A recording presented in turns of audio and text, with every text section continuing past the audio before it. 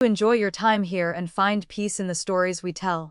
If you liked the story, don't forget to like, comment, and subscribe to support the channel.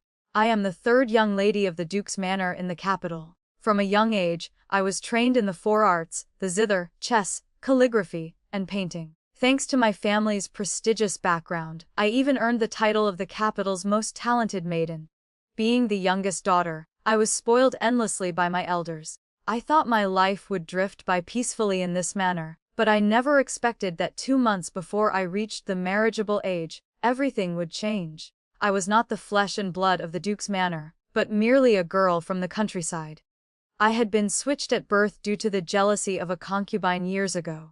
Let alone how shocked my parents were, even I could not accept it. How could this be? How could I possibly be a peasant girl? Yet, upon closer reflection, it made some sense. After all, since childhood, I did not share many resemblances with my parents. It was just that no one ever suspected the cause to be a lack of blood relation. My parents immediately sent people to search for their biological daughter and spoke very clearly to me. Essentially, they were determined to find that child, and at the same time, they hoped I would relinquish the position of the third young lady. What could I say? Of course, I nodded. Lee, mother knows you feel wrong. It is I who have failed you. How could I feel wronged? For the past 15 years, everything I enjoy did not originally belong to me. If I were not the young lady of this manor, perhaps I would not even know what my life would have become by now. Rose, the maid who always served me, once said that because her family had too many children and could not feed them all, she was sold. Thinking of this, I felt that I had already been very lucky. As long as I remained obedient, relying on the affection built over the years, at least the second half of my life would not be too miserable. Therefore, I did not feel wronged. However, when I returned to my room, I still pulled the blanket over my head and cried silently. Why did this happen to me? Thinking that soon, the rightful third young lady would legitimately take back everything I currently possessed, my heart could not help but feel sorrowful. Such a good mother, such a good father, along with my brothers, sisters, and grandmother, none of them would be mine anymore. But in truth, they never belonged to me. I was afraid that she would resent me. Even though this matter was not my doing, I was the beneficiary, so how could I not feel uneasy? Days drifted by slowly. Wanting to find a girl with no known identity was truly difficult, no different from looking for a needle in the ocean. Yet, no one was willing to give up. A courtyard had already been selected early on. It was the location with the best position and the most magnificent scenery. Initially, before it was finished, Mother had said she would save it for me, because my 2 female cousins had already married, leaving me as the only one who had not yet started a family. But now, that was no longer the case. Mother said she knew this was unfair to me, but just thinking of her own flesh and blood wandering outside, she wished she could give that girl nothing but the best. I understand, Mother. Ellie, you are also my daughter. Mother said. I believed those words because the affection of so many years was not a lie. Even though my identity had been exposed, aside from the effort put into searching for her, the people in the house still treated me as they did before. It was just that I was no longer as important as she was. After all, for 15 years, she did not have everything that I had. In truth, I also hoped she could be found soon, so everyone would feel a little more relieved. Perhaps heaven really was watching over us. At the very beginning of the new year, there was news. It seemed the person had been found in Suzhou. The whole family rejoiced throughout the night. Early the next morning, third brother and eldest brother immediately set off to bring her home. Mother wanted to go along, but ever since giving birth, her health had remained poor, and we had a difficult time persuading her to stay behind. Since my brothers left, Mother counted the days. My eldest aunt, fearing Mother would rejoice too early only to be disappointed, dragged her along to decorate the courtyard. It was the courtyard reserved for her biological daughter. I also went there often. Sometimes, they would ask for my opinion. In their eyes, we were both girls of the same age, so perhaps our tastes would not be so different.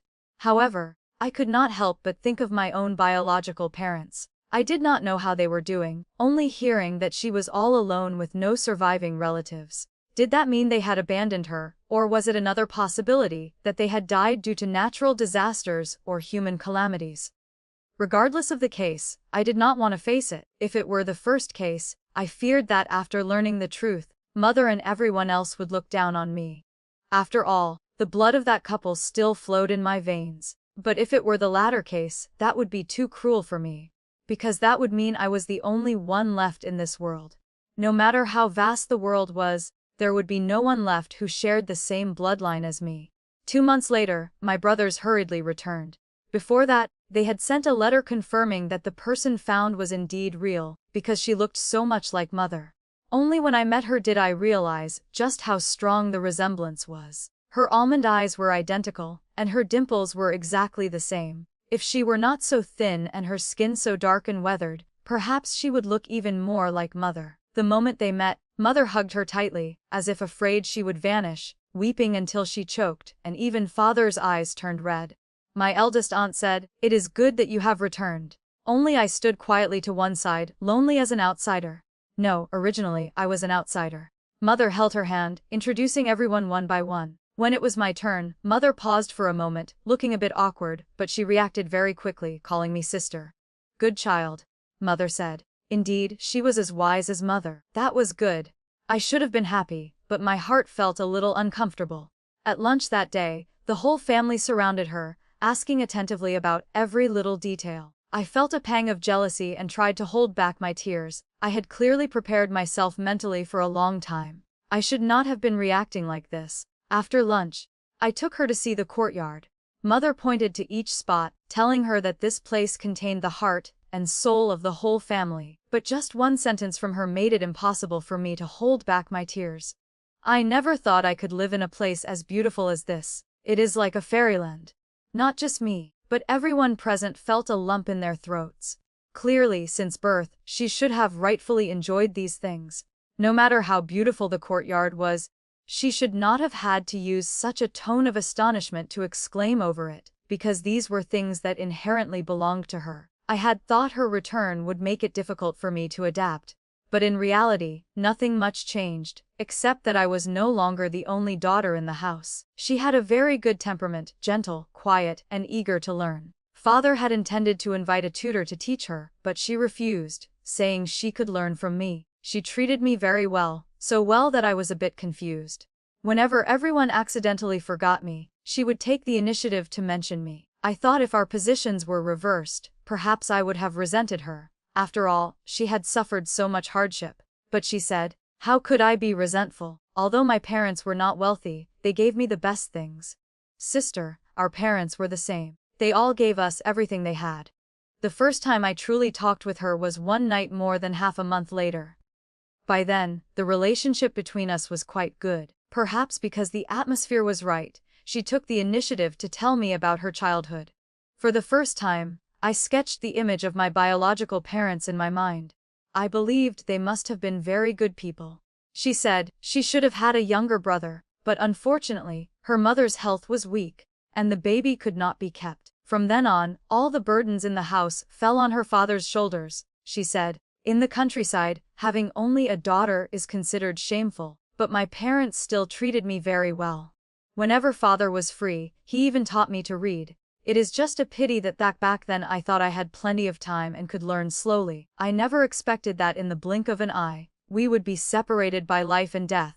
She said, "If it were not for the floods in Suzhou causing the plague, I could have brought them to meet you." The flood in Suzhou was a matter of 6 years ago. At that time, I also contributed 100 taels of silver to the cause. Such disasters back then seemed too distant to me. My only impression was perhaps just the long strings of numbers that father and uncle mentioned. It is a pity that back then I could not help with anything. If I could turn back time, I would definitely donate more, and I would definitely tell father to go to Suzhou to bring them back. That way, I would also have had parents. Mother said she would wait a while longer to record Amelia's name in the family genealogy. When she finished learning the rules, they would introduce her to society. As for me, from now on, I would be counted as the foster daughter of the Zhao family. Ellie, rest assured, in my heart and your father's, you will forever be our daughter. Your daughter understands. I should be content. Becoming a foster daughter was actually not bad. At least it was better than being an orphan with no one to rely on. Moreover, what I had learned over all these years would belong to me forever, just that no one expected that a sudden change would eventually occur. the emperor issued a decree granting a marriage, specifically naming the daughter of the Zhao family to marry Prince Valerian. Prince Valerian was the emperor's fifth son, holding a prominent status, but he was cursed to be fatal to his wives. Of his two previous princesses, one passed away suddenly before the wedding, and the other died on the very night of the wedding. Furthermore, since he was a teenager, he had gone to the border. Over the years, he had achieved many military merits, but was also steeped in a murderous aura, so much so that children were too terrified to cry aloud upon hearing his name. Such a person could not possibly be a good husband. The emperor chose the Zhou daughter because, in the duke's manner, the only one who had not yet married was originally just me. But now I was no longer the biological daughter of the Zhao family, merely someone bearing a false title. Even so, this matter was still a difficult problem, because in the eyes of outsiders, the person the emperor selected was me. Amelia had not returned long ago, and she had not shown her face to the outside world, so naturally, no one knew about the switch from years ago. If we spoke up now, it would look like we were deliberately trying to find a way to back out. For a moment, no one knew what the right thing to do was. For this marriage, either I or Amelia had to be the one to marry. So when Amelia and I went to pay our respects before we even entered, we heard our parents arguing. Actually, from a certain perspective, I felt happy. Prince Valerian was not a good match, but my parents were arguing because they were heartbroken for both me and Amelia, not simply because they wanted to push me out to take the fall. For me, that was enough. Therefore, I pulled Amelia inside and told my parents that I would marry him. Everyone was stunned. Father was the first to react, saying in a low voice, "Ellie, what are you saying? Ollie, mother cannot bear to let you go." Mother's voice gradually grew quieter. "Sister." Amelia did not yet fully understand the severity of this marriage, looking vaguely confused. After all, when His Majesty issued the decree, the person on the list was inherently the daughter. I had enjoyed 16 years of wealth that should have belonged to Amelia, so this marriage could be considered my way of returning half a life of peace to her. Furthermore, in terms of status, I was considered to be marrying up. My two female cousins in the family could not even marry into the royal family, yet I, a commoner's daughter, could become a princess. Was that not a step to the sky? No matter how reluctant my parents were, someone had to step forward to shoulder the burden. The wedding date was set very urgently, and after I said I wanted to marry, the family's attention returned to me once again. Mother was busy all day preparing my dowry. I glanced at the betrothal gift list. It was several pages thick, even more than what my two cousins had when they married. "Keep it for Amy." I looked at Amelia beside me and said, "She does not need it urgently. Father and I want to keep her for a few more years." Mother patted my hand and said gently, "But I am a bit hesitant. She and you are the same age. If we keep her too long, won't she get too old?" Mother saw through the thoughts in my heart and explained, "She is not like you. We only hope she can marry into an ordinary family. With us backing her, as long as she is happy and joyful, that is enough." Amelia also nodded in agreement from the side. "That is it. Mother said that aristocratic families have too many rules. I am not as smart as you, sister. I fear I cannot learn them. Ellie, if it were not for the emperor's decree, Father and I would also hope you could be safe for your whole life." I felt my eyes stinging. It turned out I had been overthinking. Even though Amelia had returned, my parents still treated me very well. It was just that the world was unpredictable. The night before the wedding, Amelia came to visit me and mentioned the marriage. She said, "Sister, actually, you owe me nothing." I looked straight into her eyes as she continued, "It is I who owe you. If it were not to protect me, Father would not have died." "Sister." After saying that, she threw herself into my arms. "It is okay, it is okay. Amy, I did not do it just for you. I also did it for myself. The only place I can rely on is the Duke's manor. Therefore, I must do something to secure my future. Otherwise they would have no reason to protect an unrelated person like me. It is just that I am too selfish, absolutely not as kind-hearted as they are." When my brother carried me on his back to the bridal sedan, he told me that if I ever felt wronged in the future, I should come back. Hearing those words, my heart stirred again. This was the place where I had lived for 16 years. Regardless of what the future held, at least in this moment, I was still a part of this family. We bowed to heaven and earth and entered the bridal chamber. Until Prince Valerian lifted the veil, I was still apprehensive. This legendary prince who cursed his wives, actually a handsome man, not some three-headed, six-armed monster. As long as he was human, that was good enough. The wedding night passed. The next day, we went to the palace to give thanks. My body felt a bit uncomfortable. The emperor merely followed custom and said a few auspicious words, then Prince Valerian and I went to pay our respects to the empress. She also only gave a few indifferent instructions. Ordinarily, I would have had to pay respects to Prince Valerian's birth mother, but she had passed away many years ago, so we returned home. He handed over the housekeeping authority to me. Everything seemed fine, not the tiger's den or wolf's lair had imagined. On the day of the return visit to my home, I thought I would have to go alone. Unexpectedly, he did not go to the military camp that day, but instead went back to the manor with me and sat for a while, giving me quite a bit of face. Mother took a private moment to tell me that father planned to record Amelia's name in the genealogy under the title of a foster daughter. I was shocked and immediately asked if Amelia agreed. Mother nodded and said to me, "You have married into Prince Valerian's estate. How can our Zhao family suddenly have another daughter?" Mother, I wanted to say that actually, I had never thought about this in the beginning. Mother knows you only want what is best for Amy. Ellie, you are the daughter I put my heart into raising. I understand you. But no matter what, this news kept me happy for a long time. At least on the family genealogy, I was still the daughter of the Zhao family. It was just that I felt guilty towards my biological parents. A daughter like me perhaps did not deserve to be their child. The days after the marriage passed quietly. Prince Valerian had no interest in women. He spent all day either in the study or at the military camp, so thanks to that, I had plenty of leisure time. Every month, we only stayed in the same room for a few days. Although he looked cold, he did not have any strange hobbies as the rumors claimed. It seemed those past events were truly just accidental misfortunes. Perhaps I had unintentionally stolen a good marriage from Amelia. I became pregnant more than half a year after the wedding. When Prince Valerian heard the news, his face showed no expression. He only sent someone to report the news to the Zhao family. The next day, Mother and Amelia came to visit me. Just as they happened to run into Prince Valerian. Wait until he had left. Amelia suddenly asked me, "Sister, is your life not going well right now? Why would you say that?" But she frowned, looking at the prince, who seemed very unapproachable. He was indeed unapproachable, but not to the point where we could not live together. After all, the time we spent side by side was not much. Mother gave me many instructions about nursing my pregnancy and brought several medicinal remedies for nourishment. When I had morning sickness, I couldn't eat, but thanks to these remedies, I felt better. I glanced over at them. Most were sour and spicy dishes, unlike the usual tastes found in the capital.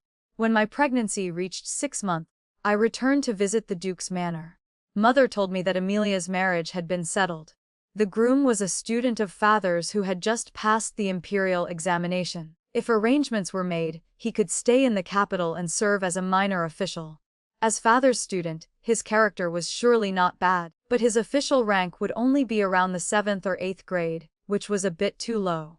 Mother seemed to guess my thoughts and said, "Ellie, his family is simple. Amy is not as clever as you. She cannot cope with a large family." That scholar, although coming from a well-off family, had a rough fate. His mother died when he was young, and a few years ago, he lost his father. It was precisely because of the mourning period that he had not yet married. Usually, men in the capital married at 17 or 18, but calculating it, his age and Amelia's were compatible. I just find his status a bit low. As long as he is a good person, and moreover, Amy likes him. With the family supporting her, she won't suffer any disadvantages. Matching social status and mutual affection, historically, it is very difficult to have both these things complete. In the eyes of outsiders, Prince Valerian and I were a match in social status, but we could hardly be described as having mutual affection. As for Amelia and that scholar, perhaps they were of one mind, but even as a foster daughter, she still bore the title of a young lady of the Duke's manor. How could she easily marry such a petty official? As the dowry for Amy ready. A daughter's dowry was usually accumulated gradually from childhood. The year I married, because I was marrying a prince, the betrothal gifts were prepared more abundantly than originally planned. When it came to Amelia's turn, perhaps many things could not be prepared in time. After all, a dowry was not just about wealth, there were precious items that required destiny to obtain. And the Duke's manor did not value ordinary objects. It is all prepared. Your father and I have discussed Amy's dowry. It does not need to be as lavish as yours. No matter what, the man she marries cannot compare to yours, so there is no need for things that are too extravagant. Instead, we will compensate with extra money. Having money in hand is enough. Money had never been a mistake. However, when I married, aside from the dowry, there were several chests of books. They looked ordinary on the outside but were actually rare ancient texts, priceless in the market. When marrying into a noble family, people looked not only at the quantity of the dowry, but also examined the bride's family background. When the time comes, I will give Amy an additional wedding gift. Good, good. I gave birth when I was 9 months pregnant. It was a girl. To me, whether it was a boy or a girl, this child was the only person in the world who shared my blood. It was good, I was no longer alone. My personal maid, Lily, told me that the prince only glanced at the baby once and then left. She asked anxiously, "My lady, does his highness not like the little commandery princess?" "Who would not? Besides, she is already born, could he possibly abandon her?" Since I became pregnant, he only gave me a few instructions, merely telling me to eat well. I thought for a moment. Perhaps because we spent so little time together, I did not know if he had any expectations regarding the gender of the child.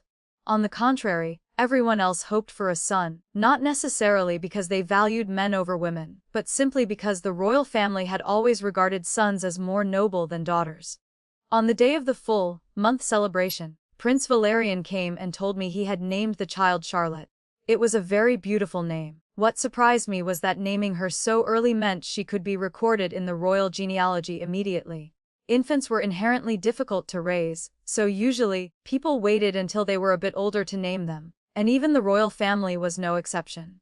From that day on, I called her Lottie. Watching my child grow day by day, white, chubby and incredibly adorable, I felt my life becoming happier since having Lottie. However, when she was 6 months old, Lily cautiously asked me, "My lady, do you feel that the prince does not like Lottie?" I thought about it for a while, and it seemed to be true. He had never held her, nor did he tease or play with her. Even recently, because I was in the period of recovering my health, he visited less often. Could it be that he did not like children? But that did not seem right either. Everything Lottie had, from food to clothing, was the best, and many items were even ordered by him to be taken from his private vault. I could not figure it out, so I let it be. After all, Lottie was currently his only child. Even if he did not like her, what could he do? He did not cherish any other child outside either. Perhaps his nature was just cold like that. There was no need for me to force it. When Lottie was 8 months old, Amelia got married. I prepared a great many wedding gifts. That day, when I returned home, I saw everyone smiling genuinely, happy for Amelia. When I got married, everyone also smiled, but it was not the kind of happiness they showed now. Rather, it was worry. The wedding was lively, and although not as lavish as mine years ago, it was extremely thoughtful. Mother said she embroidered Amelia's wedding dress herself, which explained why it was so beautiful. I hoped her life afterward would be as brilliant as the color of her wedding attire. Surely, this was also the wish of the entire family. Busy all day, I was a bit tired when I returned. I had just closed my eyes to rest for a moment, when I heard hurriedly calling me. It seemed something big had happened. I went outside only to see Lottie. I did not know how it happened, but just as the child was playing, the prince appeared. Usually, Lottie rarely met him, but she was very brave and curious. She crawled over on her own, unsteadily grabbing the hem of his robe to stand up.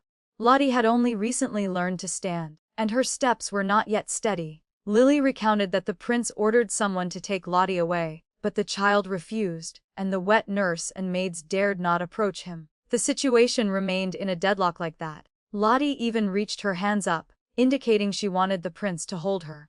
Perhaps seeing me step out, I could even sense the prince sigh in relief, using his eyes to signal me to come and take the child away.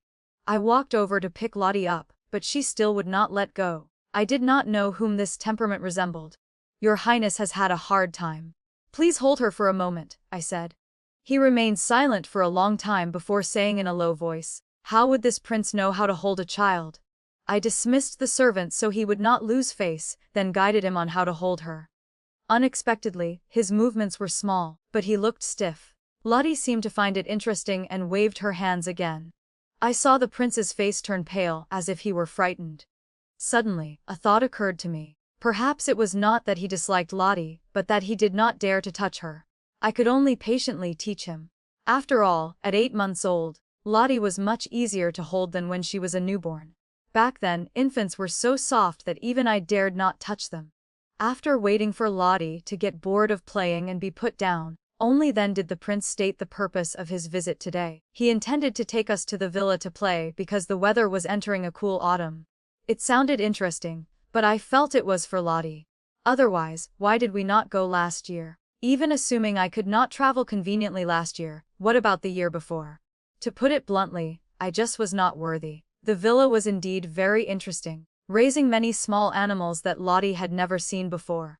Every day she demanded someone take her to see them. She liked the white rabbits the best, but I dared not let her play with them. Leaving aside cleanliness, children did not know how to control their strength. Moreover, Lottie was soft and delicate. What if she made the rabbit angry and it bit her?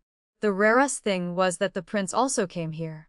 He seemed to have some leisure time, at least I could see him every day. He became more and more skilled at holding Lottie. Perhaps it was natural father-daughter affection, but Lottie also liked him very much. It was just that I did not expect that after only staying here for half a month, news came that the emperor had deposed the crown prince and imprisoned Prince Ping. The crown prince was the eldest son, groomed since childhood to be the successor. Prince Ping was the second prince, talented in literature, with a very good reputation among scholars. Both falling from grace unexpectedly was clearly not a small matter. Upon receiving the news, the prince returned immediately, only instructing us to stay at the villa and wait. Lottie was still as happy as any other day, but I was anxious and uneasy. Thinking carefully, although this happened suddenly, I kept feeling it had something to do with the prince. Fortunately, just a few days later, he brought us back. I heard that several families were thrown into prison, but currently, the situation had stabilized. I was inherently a person with limited vision, only knowing how to care for my own small life, so as long as the Duke's manor and our estate were not implicated, that was good enough. I did not concern myself with others. Currently, Lottie could walk more steadily and could speak 2 or 3 words in a row. Mother told me to prepare to have another child, preferably a son. But having children was not something one could just will into existence. Fortunately, it seemed the prince liked Lottie very much now. However, unexpectedly, there was a selection of maidens this year, and 2 were sent into our estate. These 2 maidens came from official families, but their ranks were not high, nor were they officials in the capital. Perhaps because of this, they were only allowed to enter the estate with the status of concubines. It would take time to know their character, but their appearance was not bad. Even if they were not great beauties, they had their own charm. I was not strict in arranging their accommodation. I had people put the 2 of them together, thinking that since they were from the same selection class, they could probably chat with each other. I mentioned this matter to the prince. He remained as usual, only replying indifferently. Understood. I did not expect that for half a month he would not go to see them. I felt this was not proper. So in the middle of the month, when the prince came to my place, I mentioned the matter again. He glanced at me, seeming to feel I was meddling in unnecessary business. I did not know if it was because of my reminder, but the next evening, I heard servants report that the prince had gone there. Lily did not understand. She did not know why I actively pushed the prince away. Actually, what was hard to understand? What man did not have concubines? My father and mother had such good affection for each other, yet didn't he also have concubines? Otherwise, there would be no Amelia and me. The prince and I were inherently not a couple with deep love and righteousness. What grounds did I have to demand exclusive favor? Moreover, he came to my place merely because I was the main wife. But I did not expect that the prince would only stay there for a moment, or more accurately, he left immediately after entering the door. After sending someone to inquire, I learned that the prince went Consort Wu's room, but unfortunately, she used an incense fragrance that the prince could not stand, so he left. After knowing the story, I did not know whether to laugh or cry. I inherently liked the scent of fruits. I rarely used incense in the room, only placing some seasonal fruits, so I never discovered this preference of the prince. Unexpectedly, Consort Wu accidentally hit the muzzle of the gun. I thought that even if he did not like it, he should at least visit Consort Wang's place for a bit, but he did not. It was not until the next time he came to me, and I brought up the matter again, that he looked annoyed and said, "This prince told you to manage the household affairs, not to monitor this prince all day." Fine then, as long as His Highness was happy. After all, I had fulfilled my duty. Actually, it was good too. At least no one would fight for favor between me and Lottie. Amelia was pregnant. I went to visit her and saw her smiling radiantly. It seemed her life was very good. When she married, she only brought 2 maids and Nanny Lou. The people were few, but not too few. Seeing me, she even asked why Lottie did not come. Talking for a while, I realized she was truly happy. This marriage choice was correct. Well, never mind. In this world, there are not so many Fs. Was I not living very well myself? Why did I need to envy others? After all, no human life can be completely perfect. The capital outside looked peaceful, but in reality, undercurrents were surging. Fortunately, I was just a woman hiding in the boudoir, not needing to concern myself with those matters could be considered a peaceful life. But who would have thought Mother suddenly came to visit, telling me a heap of vague things that I could not understand. Only later did it become clear that the prince was about to go on a military campaign. It was just that this matter had already been decided, yet why did he not tell me? Mother, are you telling the truth? You are not mistaken, I asked in astonishment. It seemed this matter was no longer a secret, I was the only one kept in the dark. Surely the prince just forgot. After Mother left, I called the steward to ask. Sure enough, he also knew. That evening when the prince returned, I asked him directly about it. He only replied calmly, "So what if you know?" The words reached my mouth but were blocked. I did not bother speaking anymore. But in the end, seeing the servants packing his luggage, I still could not help but give a few instructions.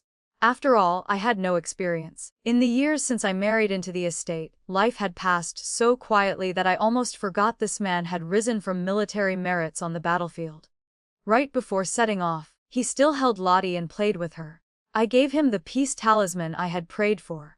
He did not even bother to glance at it and said coldly, "If the princess has time to believe in these things, it would be better to do something more practical." Actually, this amulet was not something I intentionally wanted to pray for. It was Mother and Amelia who dragged me along. They all said marching to war was extremely dangerous, so much so that Amelia, despite being pregnant, kept worrying endlessly. In truth, danger was danger, but it was not to that extent. Perhaps they worried the prince would not be safe on the battlefield, worried that Lottie and I would have to live the lonely days of widows. But actually, what was there to suffer? Lottie was still small, time could erase everything. As for me, the prince and I were merely living under the same roof. The prince had not been gone for many days when I discovered I was pregnant. This could be considered good news. Lottie, without anyone teaching her, automatically hugged my belly calling for little brother. I asked a few questions and found out it was the nanny beside her who taught her. I said so. Lottie was so small, how could she distinguish between a younger brother and a younger sister?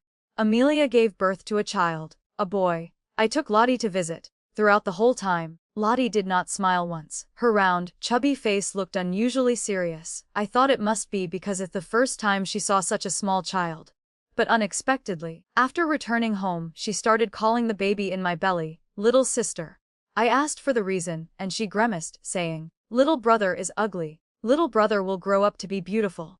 "No, little brother is ugly," Lottie said firmly. I teased her, "Then how do you know little sister won't be ugly?" "Lottie is beautiful.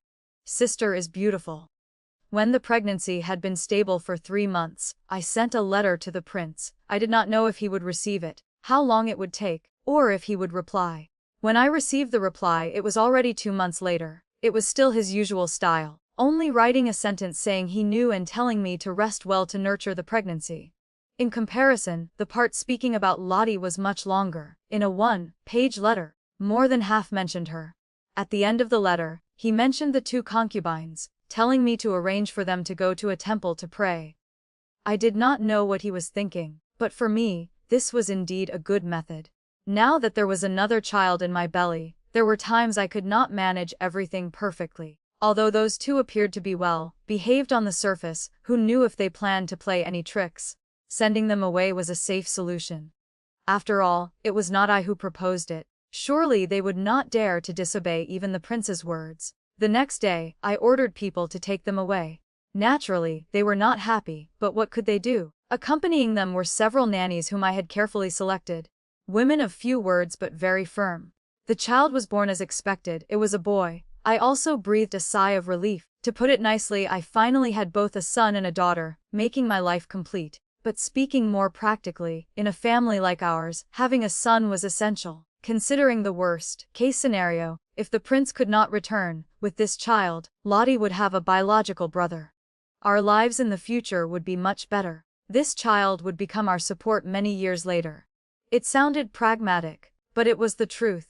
I heard that Lottie looked at the baby once and did not bother looking a second time, constantly criticizing him for being ugly. Fine then, she was nearly 3 years old and already had her own aesthetic taste. Fortunately, after raising him for a while, Lottie finally felt her younger brother was cute. Even though the little boy was still small and only knew how to sleep all day, Lottie still liked to sit beside him and keep watch. Little brother is beautiful. When he turned 1 month old, I received a letter from the prince giving him the name Felix. I intended to call him Felix, but Lottie insisted on calling him Scruffy. I was also made accustomed to it by her. The prince was finally about to return. 3 years away, Lottie had grown up, and Scruffy could also speak. Time passed so quickly, to the point I had become used to this kind of life. On the day the Grand Army entered the city, I took the 2 children out to watch. Lottie pointed at the prince and asked, "Is that father?" Seeing me nod, her eyes lit up. "Father is so handsome." Indeed, the prince was not ugly at all. How could anyone in the royal family be ugly? It was just that after years of war, a heavy murderous aura radiated from him. Fortunately, his reputation was now better than before. Those rumors about him cursing his wives years ago were no longer mentioned by anyone. After watching, Lottie insisted on going home immediately because she wanted to meet father. When the prince left, Lottie was too young and probably remembered nothing. But now that she was older, she cared about him very much. People say absence makes the heart grow fonder for husband and wife. But for the prince and me, it was not so. At least the first person he looked at was still Lottie, exactly like before. As soon as he saw her, he picked her up immediately. The second person he looked at was Scruffy. The little boy, having never met his father since birth, was timid and dared not approach. When it came to my turn, there were only a few polite greetings. He returned, but for me, it seemed as if he were there and not there. There were probably few couples in this world living like us. It was just that since he had returned, could the 2 concubines, Consort Wu and Consort Wang, who were sent to pray, be called back. In a moment of leisure, I mentioned this matter, but he looked blank, seeming to have forgotten. "To you." He continued to hand over the decision-making power to me. "That is also good. At least this way, unnecessary struggles in the inner courtyard can be avoided." Not only the royal family, but even large clans were the same. Matters in the inner courtyard were inherently a chaotic mess difficult to clarify. The main wives usually only hoped to keep the management rights in their hands, have their sons grow up talented, and leave the rest be. But in my case, everything was much simpler.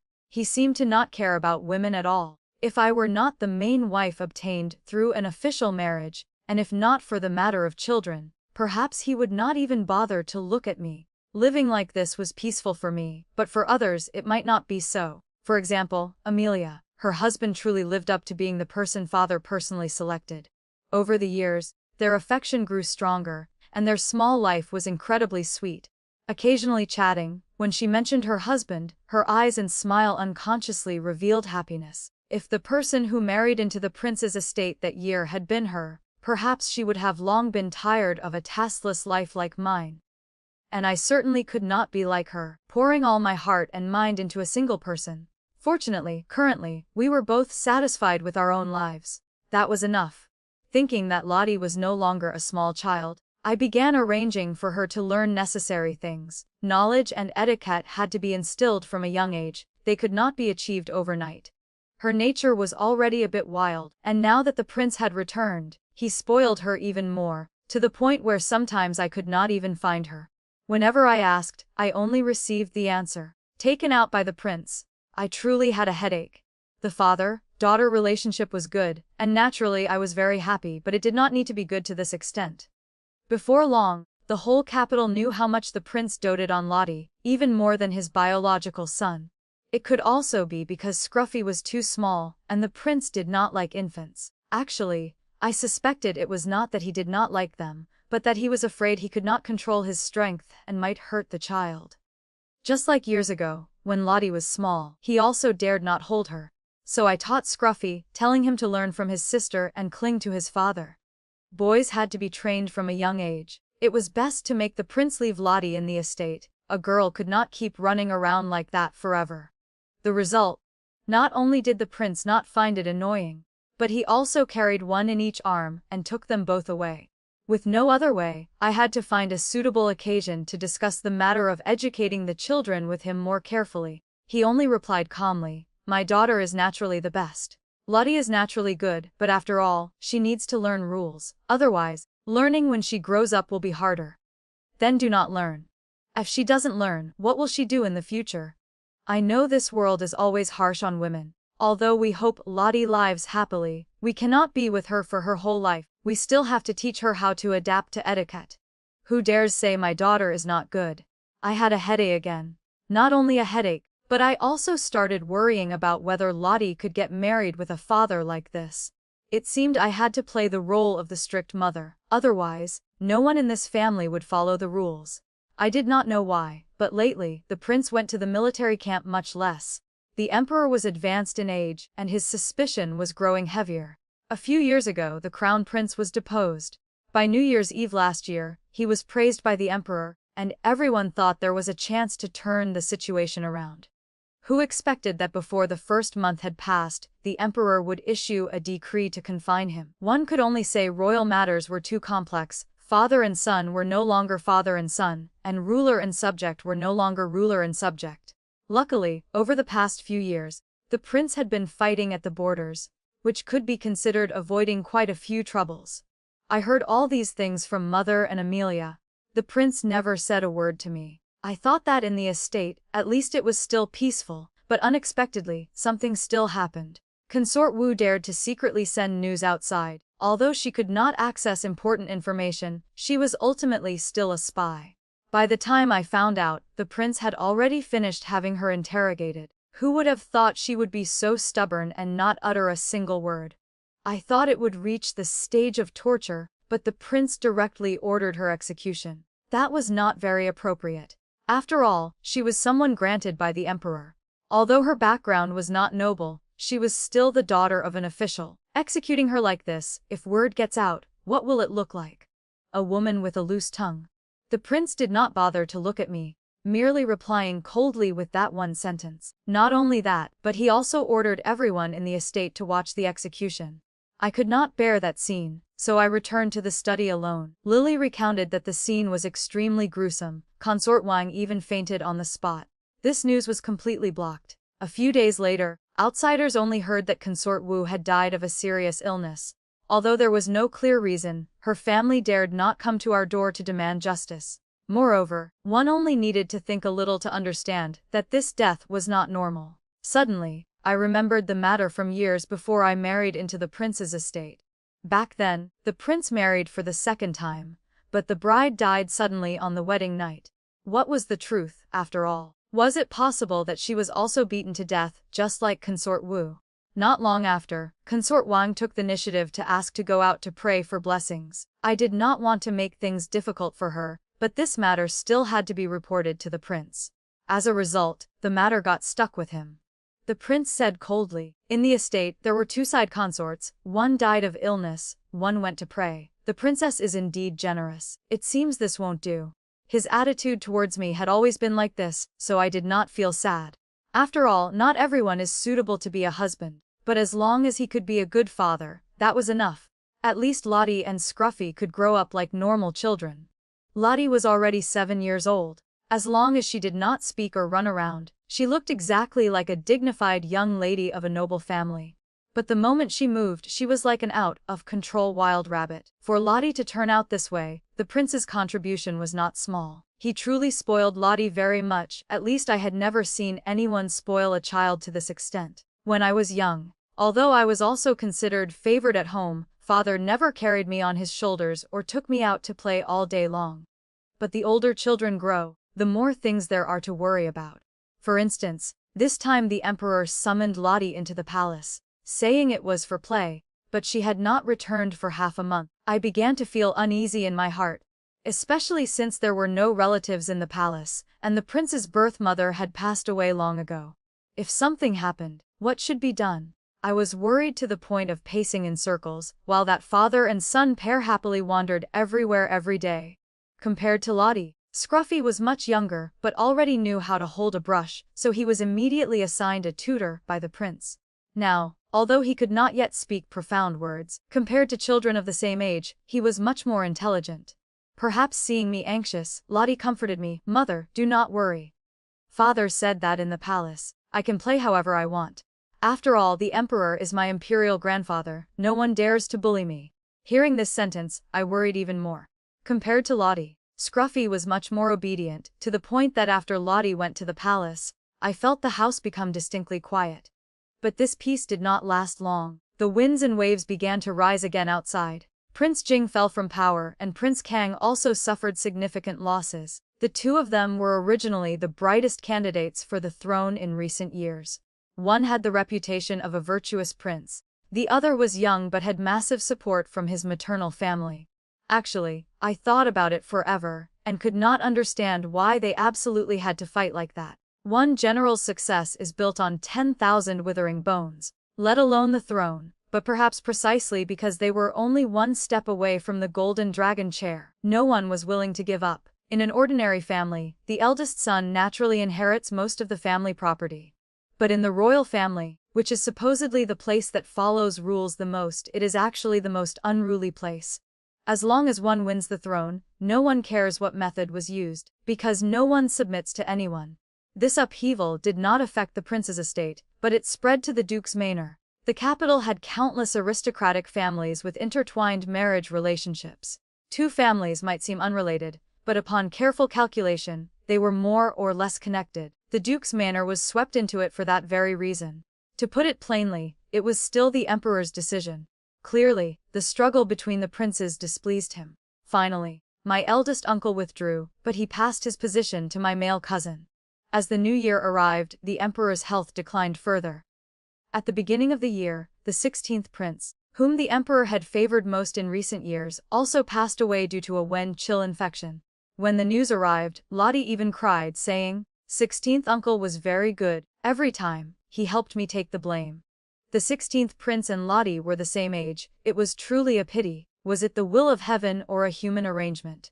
Who could know? As long as the heir to the throne was not decided, everything was not yet over. Currently, the prince did not have any important work. Because the emperor's health was poor, he also did not take Lottie out to play all day like before. Amelia also frequently visited to chat with me. We got along very well, just like close sisters.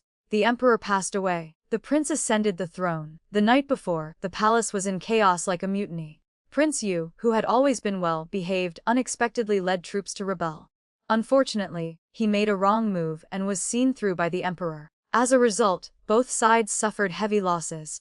The emperor did not even have time to deal with Prince Yu, the leader of the rebellion, before Prince Yu committed suicide right in front of him. The emperor was so angry he could not breathe, and then he breathed his last. The prince happened to be present at the scene and conveniently held military power, so the position of emperor naturally could not fall into anyone else's hands. I heard all these things from his personal guard. Everything happened like a dream. He simply accidentally picked up a throne. From now on, he had to be called the emperor. According to custom, meritorious officials had to be rewarded, and we naturally had a share. Unsurprisingly, I became the empress, Lottie was the princess, and Scruffy was immediately titled the crown prince. Outsiders might think the emperor valued me, but in reality, he simply had no interest in women. I had a feeling that he would not want to have any more children in the future. As for Consort Wang, the one praying, I originally intended to make her an imperial concubine since she came from the prince's estate. But in the end, he was so stingy that he only granted her the title of a noble lady. Thinking back calmly, I felt the luckiest person was perhaps me. Who would have thought that the marriage no one wanted that year was actually a match made in heaven? After the national mourning, the court officials submitted memorials proposing a selection of maidens. The emperor seemed uninterested and refused several times. I only considered it as amusement. After all, with my current status, deep down I did not wish for him to find more young and beautiful ladies. Not because I loved him, but because I liked my current position. As long as the harem remained with me as the sole dominance, it was most beneficial for me, my children, and even my clan. Of course, on the surface, I still had to act like a virtuous wife. I could not say it so bluntly. On the contrary, I offered a few words of persuasion. After all, the emperor never listened to my words anyway, and I was used to it. I just did not expect those ministers to turn around and target me. It was truly unjust. Fortunately, this time the emperor also stood on my side, thinking they were unreasonable.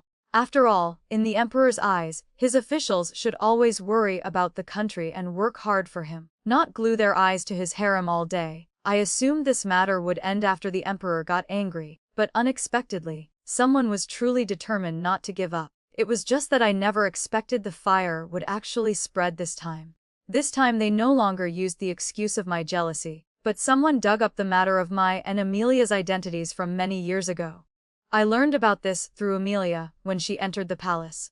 Since I became the empress, she rarely came to see me, so I was very happy she came this time. However, during our conversation, I noticed she hesitated several times, as if wanting to speak but stopping. I thought she might be facing some difficulty, but could not say it because maids were present, so I dismissed them. Unexpectedly, only then did she tell me about this matter.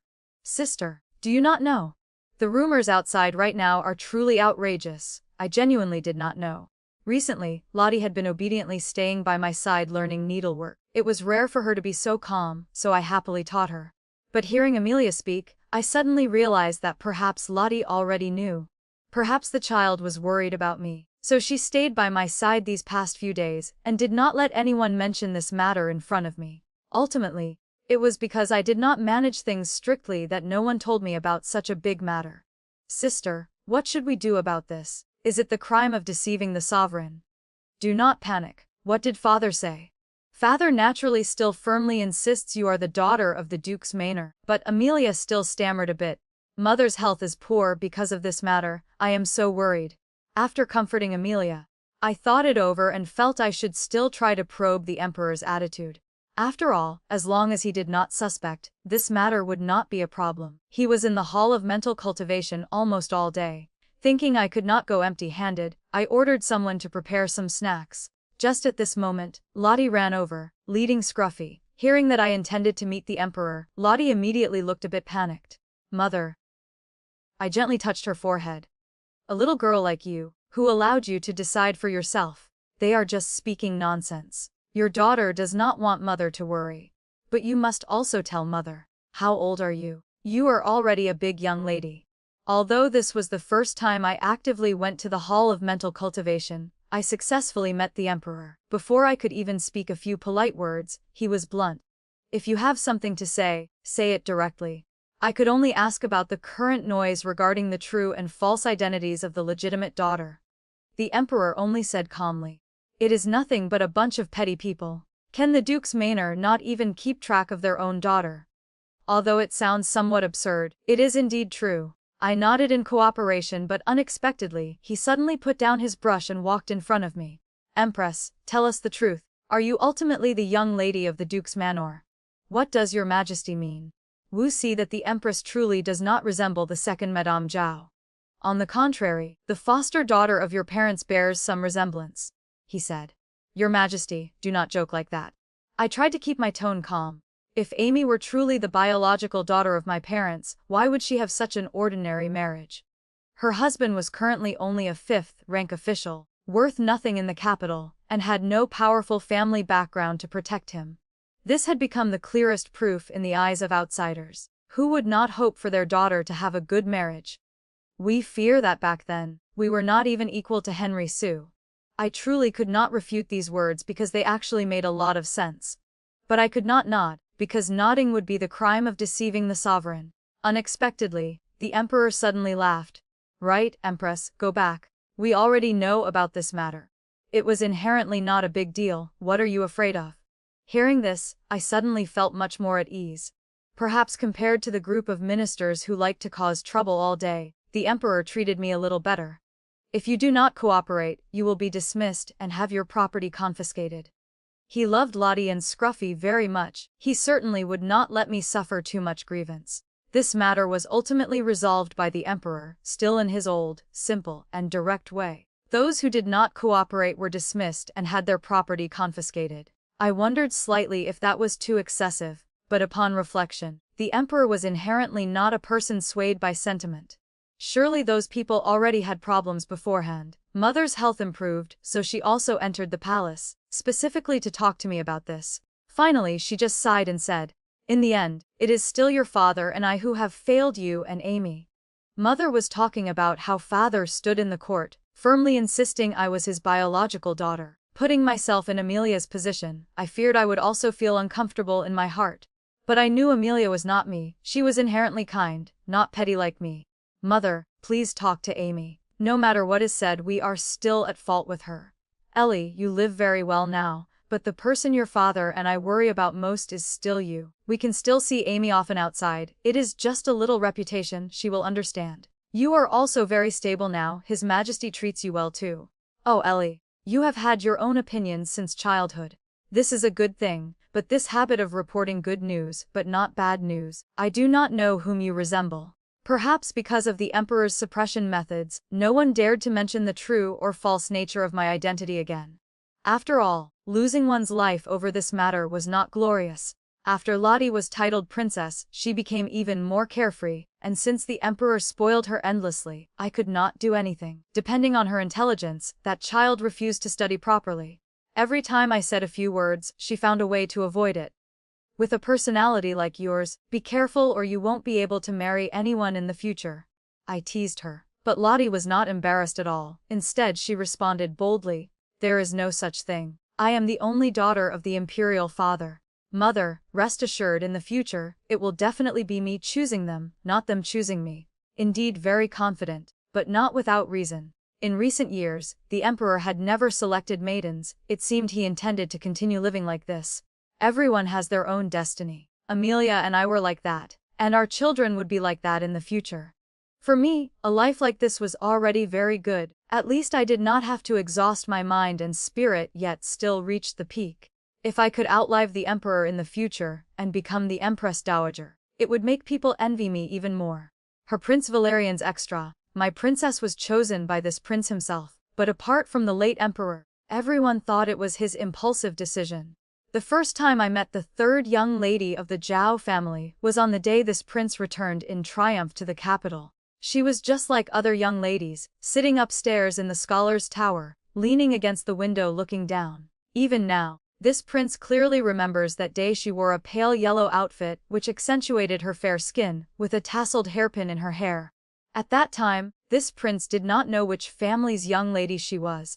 I only felt she was very different, not because of her beauty or attire, but her eyes. It is very rare for a 15 or 16-year-old girl to have such a calm gaze. There was not a single ripple in her eyes. The second time we met was when the late Emperor summoned this prince into the palace, presented a series of portraits, and told me to choose one to be the princess. Among them was her. Only then did this prince know she was the third young lady of the Duke's manor. Actually, this prince did not understand why one must take a wife and have children upon reaching a certain age. Could this prince not live alone? The late Emperor said, there must be a mistress in the estate to manage everything. But clearly, giving that job to the steward would work too. Moreover, a princess is nothing but a huge trouble. It is not that this prince never had a marriage contract. The first fiancée was chosen by the late Emperor. Before we could even meet, she died of illness. So this prince was suddenly labeled as cursing his wives. The second fiancée was also chosen by the late Emperor, who said her horoscope matched this prince's. On the wedding night, this prince discovered this woman had a relationship with the crown prince. This prince inherently did not care about women, but I did not intend to wear a green hat. Having married here yet still entangled with another man then die. The result was that not only did the reputation of cursing wives spread further, but this prince was also called a killer star. So what if this prince leads troops into battle to kill? Killing a few people is also to protect this land. Therefore, looking at the pile of portraits in front of me, this prince reluctantly chose the third young lady of the Zhao family, hoping she was a smart person. The late Emperor nodded, saying the Duke's manor's family style was upright and clean, a good choice. Since the portraits were presented to the late Emperor, naturally there could be no corrupt people among them. Fortunately, there were no problems with this wedding. The princess was a very disciplined person, and this prince also felt satisfied. It seemed women still had to be chosen by oneself. After letting the steward observe for a few days and seeing nothing unusual, this prince handed over the housekeeping authority to her. As long as she was obedient, this prince did not mind raising an idle woman. After all, the time this prince spent in the estate was not much. But not long after, the steward came to find me, asking hesitantly if something was wrong, otherwise why had I never gone to the princess's place? What is wrong with this prince liking to sleep alone? Fine then, just go on the 1st and 15th of the month. Fortunately, the princess was also satisfied with that. I heard she frequently invited her mother and adopted sister to play. That didn't matter, after all, they were not strange men. It was good that she was pregnant. Recently, a few things made this prince realize that for men, a career is still the most important. Therefore, this prince decided to try to climb a bit higher. What if I succeeded? Time passed in a flash, and she gave birth to a baby girl. This prince glanced at her. Although she was not very beautiful, she was my biological child after all, so she was passable. The baby was tiny and soft, looking as if she would shatter with just a touch. Perhaps this prince should stay away a bit and wait for the child to grow up before playing with her. I just instructed the subordinates that everything for the child must be of the best quality. These things, this prince could provide. The child's name, this prince thought about for a long time, finally deciding on the name Charlotte, and was extremely satisfied with it. That day, this prince intended to find the princess and tell her to take Charlotte to the villa for a while. Who would have expected that as soon as I entered the door, I would see Charlotte crawling everywhere? That child was older now, looking extremely adorable, and seemed very healthy with quick eyes and hands. She simply grabbed the hem of this prince's robe and unsteadily stood up. Although the child was truly capable, this prince still wanted to tell the wet nurse to carry her away. Looking so fragile, what if she fell? But the child just kept clinging to me. It was not until the princess came out, dismissed the servants, and then guided this prince on how to hold the child. It was indeed a bit embarrassing, but Charlotte was soft and holding her in my arms was very adorable. The palace sent 2 maidens. I never understood what the princess wanted.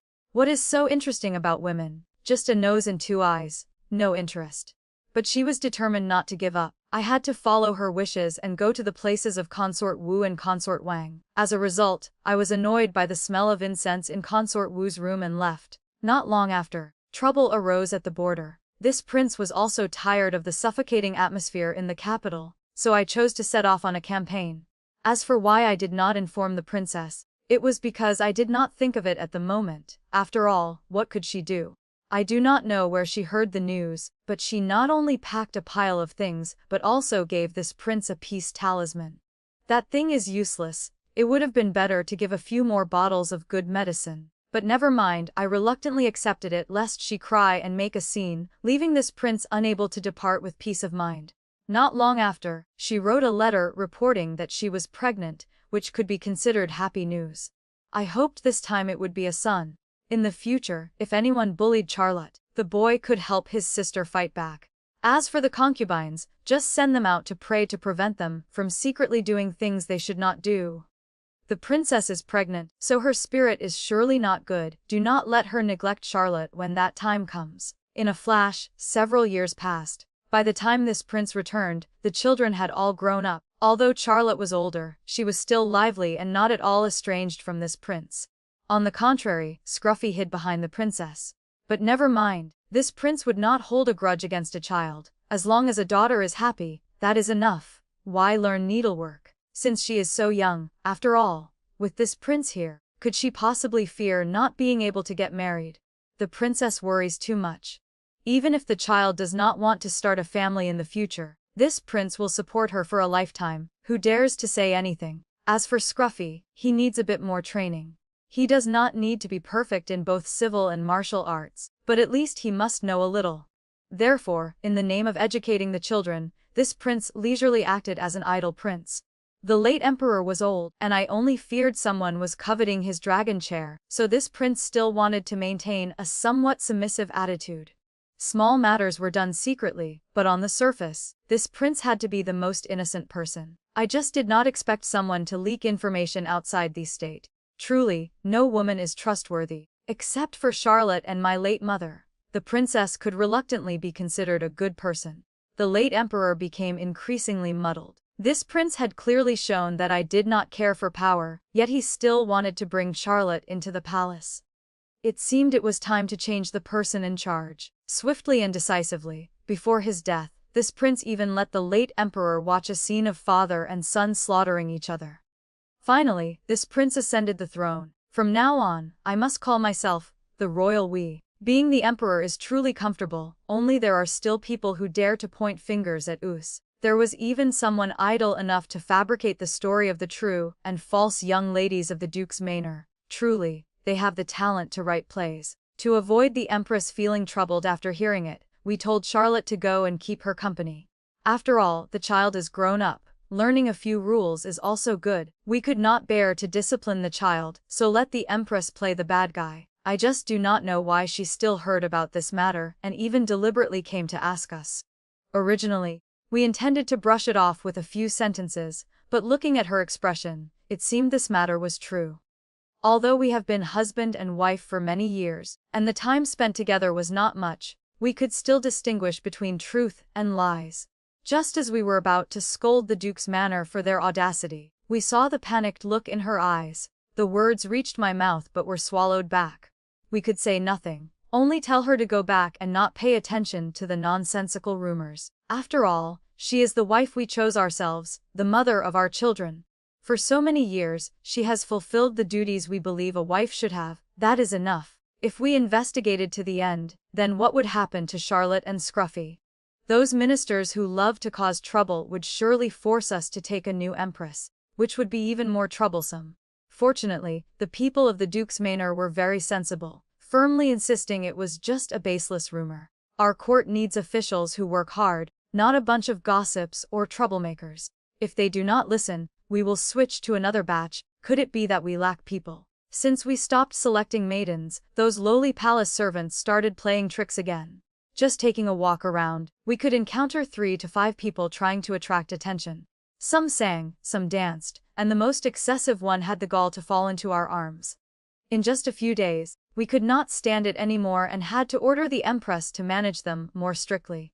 When we were young, which of the late emperor's concubines did not exhaust their minds to fight for favor? Yet our empress is excessively generous. But we must admit she handled this matter very well. After she heavily punished a group of palace maids, we no longer encountered such ridiculous clinging scenes on the road. It was not in vain that we dismissed several high officials for her sake, to avoid baseless rumors about her background making her live in fear. And Amelia's extra. From the time I had memories, I was a pearl in my parents' hands. Father was the only scholar in the village. Usually, he taught the village children to read, earning a little tuition money, so the conditions in our house were not bad.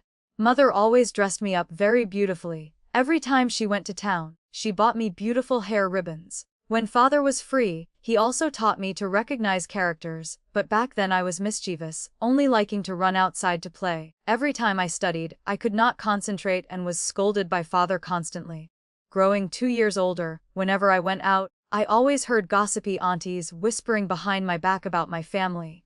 It was nothing other than saying my mother was useless for not giving birth to a son, but my parents still lived very well. Whether there was a son or not did not matter. I knew they only wanted my father to take a concubine.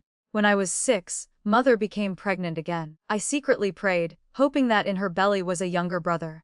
That way, no one would gossip anymore. But I did not expect that before my younger brother could even open his eyes to see the world, he was gone. Mother also fell ill because of this. The doctor said the mother could not keep the baby because her health was inherently weak, plus she had too much sorrow. Too much sorrow. The first people I thought of were those loose-lipped people. I had heard them say it so many times, so mother surely heard even more. Surely they had harmed her.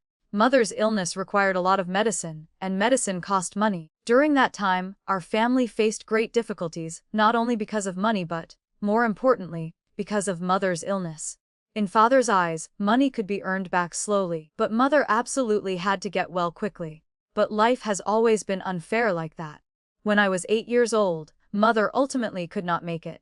I held her hand tightly, refusing to let go. That was the first time I understood what separation by life and death meant, and also the first time I did not want to experience it ever again. When I was 9, heavy rain fell continuously for several months. The dike broke and floodwaters rushed in. Fortunately, my village was not directly affected, but we could not avoid the plague. To survive, father took the meager assets and mother's spirit tablet, leading me away from the place that had been attached to my entire childhood. But everything was not yet over. The plague was terrifying, taking away countless lives, and father also left me forever because of it. I no longer had a home. As a girl, my life was very difficult. Fortunately, the imperial court provided relief, plus donations from everywhere, so I did not starve to death. Growing up gradually, I began to think about my future path. After all, the imperial court's orphanage could not house me forever. By the time I was around 14 or 15, they would no longer manage me.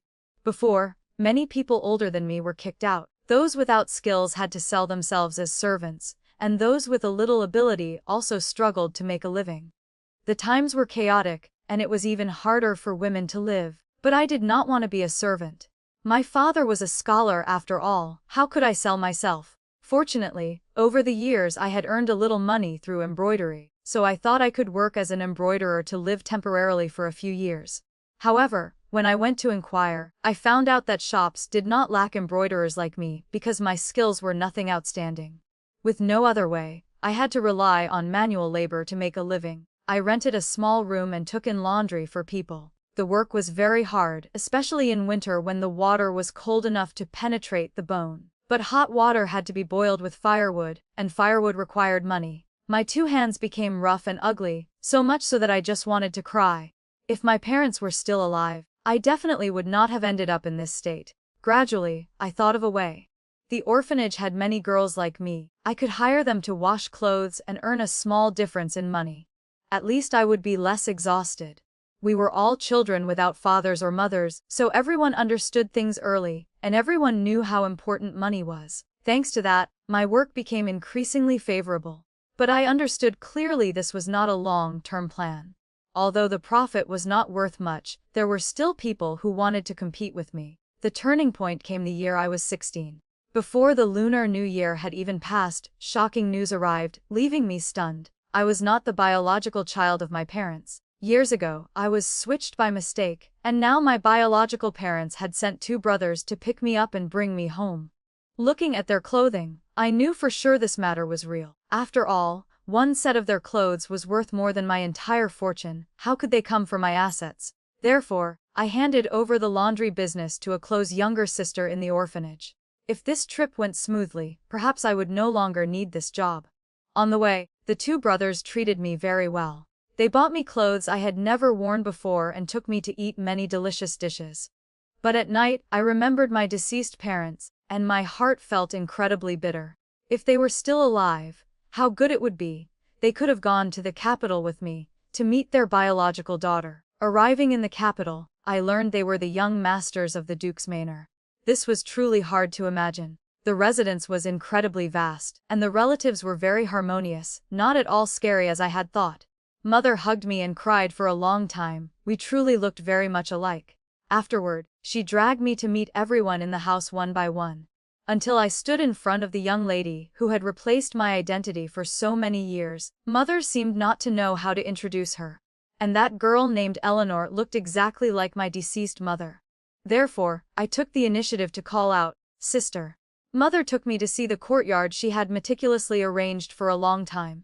In my eyes, this place was no different from a fairyland on earth. But when I said that, everyone burst into tears. Living together for more than half a month, I could clearly feel that everyone had the mentality of wanting to compensate me. Every time they heard the brothers tell about the days I lived in Zhuzhou, Mother would cover her face and sob. But for me, heaven had favored me greatly.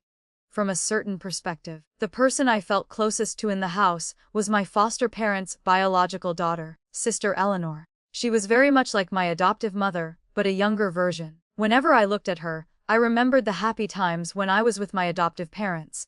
So I liked being close to her. Both of us understood the situation. Sister Eleanor and I, one biological daughter, one daughter they had raised for 16 years, they did not want animosity to arise between us. It was just that I always felt she treated me very cautiously, seemingly carrying a heavy sense of guilt, thinking she had stolen the good days that should have belonged to me. Therefore, I actively told her stories from when I was young, saying I was once very happy and had received all the love from my adoptive parents, so she did not need to feel guilty. On the contrary, I was the one who should blame myself. If not for her father protecting me, perhaps I would have lost my life too. And if not for me, perhaps he would not have passed away. Sister Eleanor was very smart and taught me many things. I truly admired her. I did not expect her to be so formidable. As for me, aside from a few words father taught me when I was small, I only knew how to wash clothes and do manual labor. Although I studied very hard, compared to her, I was still far behind. Mother said she wanted each of us to return to our own positions. I immediately asked, "Then will your sister be sad?" Mother smiled and rubbed my head. "Ellie is a smart girl, you just rest assured." But once again, things did not go as we planned. The emperor suddenly granted a marriage, throwing the whole estate into chaos. While parents were still worrying about this decree, Sister Eleanor took the initiative to step forward and accept the marriage. She even gave many convincing reasons, and I felt what she said was right. Moreover, the emperor granted the marriage. Marrying a prince, wasn't that a good thing? Why was everyone unhappy? It was not until I asked the maid mother assigned to me that I understood who that prince was. At that moment, I suddenly understood why my parents were arguing, because someone might die. This was originally a marriage intended for me. How could I let my sister take my place? That would be unfair to her. But Sister Eleanor said, "I do not know the rules. If I accidentally displease the prince, the whole family will meet with disaster." Mother had discussed the matter of dowry with me beforehand. She said she would give Sister Eleanor a little more. When I married, perhaps it would not be that much. I completely understood and accepted it. After all, she had to marry for my sake. I should be content. If you think so, Mother is relieved. As for the genealogy matter, my parents also gradually explained it clearly to me. It was not that they did not want to write my name in, but that now they could not. For me, living with them was already the most wonderful thing. Even if I was just a foster daughter, I did not mind. As long as they knew I was their biological daughter, that was enough. Giving and receiving must be balanced. I could not do anything and still have a good status. So even if Sister Eleanor had more, I did not hold a grudge. The day Sister Eleanor returned to visit, I did not see the prince. I only saw Mother constantly asking her about the situation in the prince's estate, worried she was not living well. But hearing her tell me about her life, my heart felt relieved by many parts. It was just that after she left, Mother sighed softly. "Ellie has always reported good news, not bad news." Fortunately, she was in charge of the estate, so Mother and I could visit often. I heard the prince was rarely at home. Before, I always thought husband and wife should be like my parents, clinging to each other every day. I did not expect there was a type of relationship like my sister and the prince, respectful but distant. Living like that, wasn't it very uncomfortable? Until one day I went to visit her and accidentally met the prince. With just one look, I understood why she felt such a relationship was good. The prince did not have 3 heads and 6 arms as rumored, but his whole person radiated a killing aura. No, I must say he was majestic to the point I felt it hard to breathe. "Sister, you are truly pitiable. It is all because of me." I said that to her, but she smiled and comforted me, saying she lived very well. How could that be? Sharing a bed with such a person. I was afraid that in the middle of the night, he would pull out a sword and chop her up. Not long after, my parents said they found a suitable marriage for me. The partner was a student of Father's who had become an imperial scholar not long ago, and his family background was also quite well off. He was 2 years older than me, of good character, living uprightly, and had missed the time to start a family only because of mourning his parents. Currently, he no longer has parents. He bought a small house in the capital, and his clan members were all in the countryside. If I married him, I would be very leisurely. "He is smart and will treat you well," Father said. It took me a long time to understand his meaning.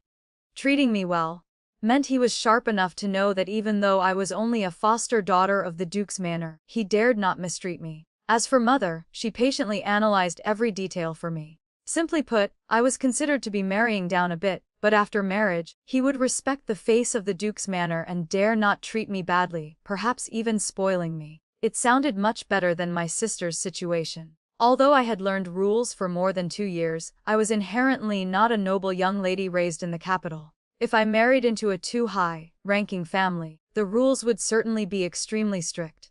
So I agreed. My parents still arranged for Henry and me to meet first. After the meeting, I felt even more that this was a good marriage. Henry had a scholarly appearance, a gentle face, and looked very approachable. Most importantly, he was both thin and weak. One look and you knew he could not fight. Mother personally prepared the wedding dowry for me. She gave me a lot of banknotes. You and Ellie are not the same. She married into the royal family. The dowry not only had to be plentiful but also had to focus on the face. As for you marrying lower, many things are inconvenient to prepare, so mother exchanged them for banknotes for you. Banknotes were great, I liked them very much. Besides, I was not like my sister. There were things I could not understand nor use. My sister also gave me many additional items, all good things. Life after marriage was very comfortable. Henry and I got along well. Indeed, marrying down had its benefits. Unlike my parents, who could hardly have peace even while eating, and whatever they did, people discussed it. Now, only the two of us were masters in the house, and the servants also hoped we lived well. Every time he finished court, Henry brought delicious food home for me, and when he had free time, he took me out for a stroll. No wonder father said he was sharp and not at all old-fashioned. More than a year after marriage, I became pregnant. I looked forward to this child very much. Mother and sister also came to visit, bringing quite a few things. When Henry heard the news, he said, "This husband is about to be raised by his wife. Are you not happy?" Of course, I am happy. It is just, I suddenly remembered the rules I had learned. When the main wife is pregnant, she usually opens the way for the maids beside her. But I did not want to. I only wanted him to be mine alone, but I knew this thought was incorrect. Even mother, when she visited last time, hinted at it to me. I did not understand why the daily life of commoners was different from that of the nobility. Was it because the nobility had money so they could support many concubines? But thinking about it over and over, I still decided to find an opportunity to mention this matter. Unexpectedly, Henry reacted even more fiercely than I did. I am not some lecherous hungry ghost. Can I not live without a woman? But everyone does it. I am not happy about it, so just consider that I am afraid of my wife. He pinched my cheek and said. He was inherently a very open-minded person. It was not the first time he mentioned fearing his wife. On the contrary, he often corrected my thinking, saying that people living in this world should know contentment to be happy and not care what others say. He was truly a person who knew contentment. This year, my grandmother organized a grand birthday celebration. Everyone in the family returned, and even Prince Valerian gave face by attending. At that time I was worried Henry would feel uncomfortable, because the other brothers-in-law were all high-ranking officials, and only he was a petty official. But when I turned my head, I saw him standing in front of Prince Valerian, chattering about something. Prince Valerian's face showed no expression. I was so worried my heart wanted to drop out, fearing Prince Valerian would wave his hand and beat him to death. Based on his weak scholarly appearance, Prince Valerian could definitely beat 10 people like him to death. After returning, I told him, and he retorted extremely proudly. At most, he could only beat 5 of me to death. Was this something to be proud of? Our son was born. After giving birth, I breathed a sigh of relief, but the maid panic-strickenly ran in to report that Henry had fainted before even seeing the child. When he woke up, he held my hand tightly and said, "No more giving birth." I laughed and said, "It is as if you gave birth. But I am heartbroken." I heard that when he suddenly fainted, no one caught him in time, and his head hit the ground. I suddenly felt he really only knew how to drag me down. Fortunately, he was still a person with ambition. The full-month banquet was organized lavishly, and he even invited several colleagues. My little boy was also very good, not crying loudly, and I finally passed the confinement month, taking the chance to bathe thoroughly. Indeed, when conditions are good, people become weaker. Not long after, Prince Valerian went on a campaign, and sister had good news again. Occasionally I picked up Charlotte to come and play. Since my little boy became more and more handsome, Charlotte no longer disliked him, only she was still often afraid he would turn back into that ugly appearance from birth. My sister was nurturing her pregnancy and rarely went out. Recently, I heard quite a few gossips. They were all nonsensical stories, but they were still annoying to hear. Still, thanks to Henry advising me, I was able to endure it. Mainly, those loose-lipped people all came from noble backgrounds. In short, they were jealous of my sister. I hated iron for not becoming steel and blamed Henry. You should also try to climb up, at least give me a basis to argue back with them. He spread his hands helplessly. Your husband wants very much, but think about it, I am just a scholar. I cannot carry anything on my shoulders or lift anything with my hands. I have no merits, so how can I be promoted? Just take it slowly, my dear. He sighed along with me. Days passed like that, and finally Henry was promoted. Although it was just a small step forward, we were still very happy and even organized a celebration. After eating and drinking our fill, he spoke first. Indeed, we are of one mind. If anyone else promoted such a tiny bit, they probably wouldn't bother celebrating. I laughed and said, even a little is an achievement. I think Henry is very capable. After all, the officialdom is like a pit crowded with people. Whoever enters first occupies the spot. That year, although you were a doctor, there were countless doctors, not to mention the top scorer and the second place. You were not outstanding enough to pull up another radish to fill your spot. Being able to stay in the capital is also thanks to father's help. I am already very satisfied. I said. Our little boy is grown up now. How about we have another one? He immediately refused. Today is a happy day. Do not mention unpleasant things. I was surprised. Why is it an unpleasant thing? He said dejectedly. You know I am afraid. Having one is enough. I smiled. But I want a baby girl like Lottie. The matter of children had not been settled when the sky changed in the capital. Prince Valerian ascended the throne. It could be considered a good thing. Henry smiled with narrowed eyes and told me, I did not expect I would an emperor as a brother-in-law. Looking at his silly appearance, I could not bear to tell him that he also had a wife who almost became the empress. As for mother, since Prince Valerian ascended the throne, she visited my place more often. At first, I did not pay attention, but later I gradually realized mother was afraid I felt unfair. After all, who wouldn't want to be an empress? But I did not want to because I was not worthy, so I decisively told mother. I do not think much about it. My sister is the daughter of the Zhao family in the genealogy, and I am just a foster daughter. I inherently do not have the qualifications. Hearing this, mother's eyes turned red. Amy, if you think so, I am relieved. I smiled. I live very well. I do not need to envy anyone. Actually, at first, there was a little self-pity. But I am not a fool. Even if I spoke out and others believed it, what could change? Deceiving the Son of Heaven is a grave crime. Lightly, assets are confiscated. Heavily, the 9 generations are executed. My sister might escape punishment, thanks to years of husband and wife affection. But as for me, a loose-lipped person like me would surely die without a burial place. And this matter has passed for many years. Could it be that they want to overthrow my sister and put me up as empress? The emperor is not a garbage collector. I only hope this matter is buried forever in everyone's heart. For me, having a sister as the empress is already a good thing. But I did not expect that just because the emperor did not agree to select maidens, there would be people idle enough to stand before the court and question the identities of my sister and me. The emperor did not believe it, but the rumors spread everywhere. At first, this matter was just a joke, Henry told me. Fortunately, he did not see my face at that time. I pretended not to care. People believe this kind of rumor. He laughed and said, they just look for excuses to nitpick. Who cares if it's true or false? But as the matter became louder and louder, even Henry began to suspect. I raised my hand and smacked his head. Did you study until you became confused?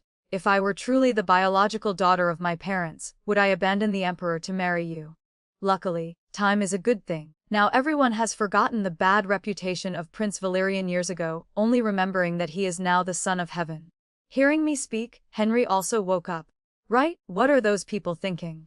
However, I was still a bit uneasy. It was a pity that mother had fallen ill recently and could not conveniently enter the palace, so I had to personally submit a card to request an audience. On the way, I silently exclaimed, indeed, it is sister. No matter how big the trouble, she never flinched. But when I met my sister, she ordered the palace servants to withdraw. As soon as I opened my mouth and saw her face change, only then did I feel something was wrong. Suddenly I was a bit panicked, but my sister still reassured me. It is okay. Later I will ask the emperor. Speaking of the emperor, I suddenly remembered the first time I met him when he was still Prince Valerian. That black shadow from years ago still remained in my mind, so I hurriedly said, maybe forget it. After all, His Majesty hasn't made any moves yet. My sister shook her head. But we cannot let the rumors continue to spread. Amy, do not be afraid. As long as we firmly refuse to admit it, nothing will happen. I do not know what my sister said to the emperor. I only know that afterward, he immediately dealt with the leading ministers. The rumors were quickly extinguished.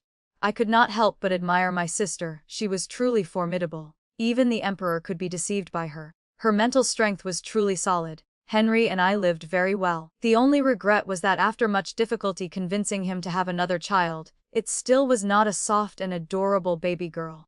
But apart from that, everything went smoothly. Perhaps this is a fulfilled life. Ha, Henry's extra. I have a secret I cannot tell anyone, but I can tell you guys I am a transmigrator. When I was in middle school, transmigration stories were extremely popular. The main characters in them all overcame obstacles, slapped faces, engaged in sweet love, and ascended to the peak of life. But after all, they were just novels. Who would actually transmigrate? Until one day, I truly experienced it. Categorically speaking, I belong to the transmigration type, meaning I was reincarnated into another world. The good and the bad part was that this was a life completely belonging to me. I did not occupy anyone's body. The bad part was that an adult had to relive life from when he was a baby. Just thinking about it was desperate enough. I was born into a merchant family, the youngest child of my parents when they were already old. My brothers and sisters were more than 10 years older than me and spoiled me like their own son. Life was not bad, but as an adult, I soon thought about the future. More precisely, how to climb to the peak of life and leave a name for eternity. People say, scholars, farmers, artisans, merchants. My family were merchants. Although rich, our social status was not high. Fortunately, this dynasty did not forbid merchants' children from participating in the imperial examinations. Then I just needed to become the top scorer or third place, right? What the hell was this? The 4 books and 5 classics, poetry, and essays, these things made my mind a mess. Taking the university entrance exam was easier than this. Initially, I planned to rely on my adult soul to earn the reputation of a child prodigy, but before long, I discovered this was not easy at all. I was not stupid, but could it be that others were stupid? The children studying with me were all frighteningly mature early on. When I was their age, I was still playing with clay. My father, seeing me study hard every day, felt heart-touched and constantly nagged in my ear. Our family inherently has no talent for reading. After all, we don't worry about food and clothing. Knowing how to read is enough. My mother was the same, even using the example that my father did not like studying when he was small. Even my brothers loved me, rubbing my head and saying, "Anyway, brother can support you." Fortunately, I had a firm will, otherwise I would have given up long ago. Actually, I understood clearly that I was being stubborn. I did not believe a modern person like me could be this pathetic. But day by day, I gradually realized the truth. In modern times, I was just an ordinary person. In ancient times, I was even more mediocre. Achieving success was much harder. However, luck sometimes still smiled at me. For example, in the county, prefecture, and academy exams, although my ranking was not high, I passed them all on the first try. This probability was even lower than passing a driving test on the first try. I felt I was too amazing, but the teacher advised me to wait a while before taking the metropolitan exam. He said if my ranking was low and I only passed as an associate imperial scholar, it would not be good. Actually, I did not care too much about that, perhaps due to different thinking, but what the teacher said was not wrong. Just at that time, my paternal grandfather passed away, so I postponed the exam. Later, every time I looked back, I exclaimed at the wonder of fate. Just because of that delay, I not only successfully became an imperial scholar, but also hit the jackpot with the Duke's Manor. They wanted to marry a young lady to me. Oh my God, at that moment, I began to suspect if I was truly the main character of this world. Although the person marrying me was only a foster daughter, she was still the foster daughter of the Duke's Manor. For me, this was a pie falling from the sky. Everyone knew how important marriage connections were in this society. From now on, I was the son-in-law of the Duke's Manor. Just by holding on tight to this support, my life would surely be much smoother. Fortunately, I had always known how to conduct myself. Not only did I refuse the maids my mother arranged early on, but I also made it clear to my parents not to rush my marriage. As long as I was good enough, why worry about not finding a good wife? If I were just the young master of a merchant family, my wife would also come from the merchant class, called matching doors and windows. However, thanks to my efforts, I married the foster daughter of the Duke's Manor. Truly too good. Do not tell me scholars must be noble and loyal to the monarch and patriotic. I purely pursued personal benefits. Therefore, calculating through marriage was something I could completely accept. So when the Duke of Ningguo first mentioned this, although I said I needed to report to my parents, my words already implied agreement. The matchmaking went very smoothly, but what I did not expect was that I had the opportunity to meet this fourth young lady. I thought this would be a blind marriage, not meeting beforehand. Although we only met once and spoke fewer than a few sentences, I had to admit this fourth young lady was truly very beautiful, petite and exquisite like a gem. Initially, thought that for such a young girl to marry down, there must be some problem. But now that I met her, I understood this was truly a God-sent pie hitting me on the head. After marriage, I discovered Amelia really suited me. She was not at all like the noble young ladies I had imagined, spoiled since childhood, with 10 fingers never touching spring water. On the contrary, she could chat with me about daily life in the market. Once during a conversation, I blurted out, "I thought rich young ladies opened their mouths only to speak of the 4 arts." Amelia smiled, "But I am just a foster daughter. My father was a scholar, and my mother was just an ordinary woman. They died early. I even had to learn reading and writing slowly later." My heart suddenly tightened, feeling I had misspoken. Seeing her close to my parents, in law like flesh and blood, I thought she was raised in the Duke's manor since childhood. To be honest, before the wedding day, my father-in-law had repeatedly instructed me to treat Amelia well, to the point I once had a somewhat dark thought, was she truly a foster daughter or an illegitimate child of the Duke? But after meeting my mother-in-law, I felt she was likely not an illegitimate child because Amelia looked very much like her. Moreover, the young masters and ladies in the estate all treated her like kin, without any appearance of distance or discrimination. I asked curiously, "Didn't people say you were raised in a temple since childhood to pray for blessings?" Amelia laughed. "That is a lie to deceive outsiders like you. The truth is, on the way to pray, I accidentally met the Duchess. It happened that after praying, I walked around the temple and found the Duchess fainted. So I called people to save her. It could be considered I saved her life. Later, the Duchess said she felt destined to be with me, so she adopted me. But because she pitied me being a girl alone struggling to make a living, she changed the story so people wouldn't think I was pitiable." Hearing this, I felt even more sorry for her. Although living in wealth, I was not unaware of how harsh and poor the lives of common people were. The wealth gap was even larger than in modern times, not to mention the justified exploitation. No wonder compared to other noble young ladies, she carried a bit of the breath of the folk world. Clearly, she had a huge dowry, and I did not lack silver, yet sometimes she still measured every coin. That meticulous calculating appearance gave me an incredibly familiar feeling. Exactly like me in my previous life, always trying to squeeze every penny out of promotions. No wonder I found her familiar. The topic was started by me, but the person who spoke more was her. I dared not ask deeper, afraid of evoking her pain. But Amelia naturally told me about her happy childhood family, warm food and clothes, to the disaster striking in her youth, parents passing away, struggling alone, and then meeting a noble benefactor by destiny to change her life. I exclaimed, "Amelia, you are truly very capable. A small girl able to reach this step is truly extraordinary. If I were you, I fear I would have lost my life long ago, let alone having the opportunity like today." She tilted her head and smiled. "My husband is even more capable. There are so many scholars in the world, yet you could pass the doctoral exam. Isn't that very formidable? I also feel I am not bad, but compared to you, it seems there is nothing to boast about. After all, I lived more than 20 years in my previous life. More or less, I had self-discipline. Even if I didn't try, my family could support me for a lifetime. I just thought I could work a little harder to repay my parents, so I didn't become a salted fish." From that day on, my definition of Amelia changed. She was no longer a weak little girl but became a stronger person. My heart ached for her even more, only hoping she could live truly well, so I wanted to treat her even better. Although she also had foster parents, how could they compare to biological parents? And as her husband, naturally, I was her support. Perhaps because of the limitations of the era, I found that I only did things within my duty. But in the eyes of others, I became a person flattering his wife for power to indirectly curry favor with his father-in-law. Going out to buy some food for Amelia. Occasionally instructing the maids and older female servants to make some delicious dishes on a whim. Even the fact that I refused to take a concubine when Amelia was pregnant became a virtue. But weren't these all things a man should do? Although the times had changed, I had lived under the red flag for 20 years, how could I forget everything? Moreover, I always reminded myself that I was just an ordinary person, not some domineering main character. The story ends here for now.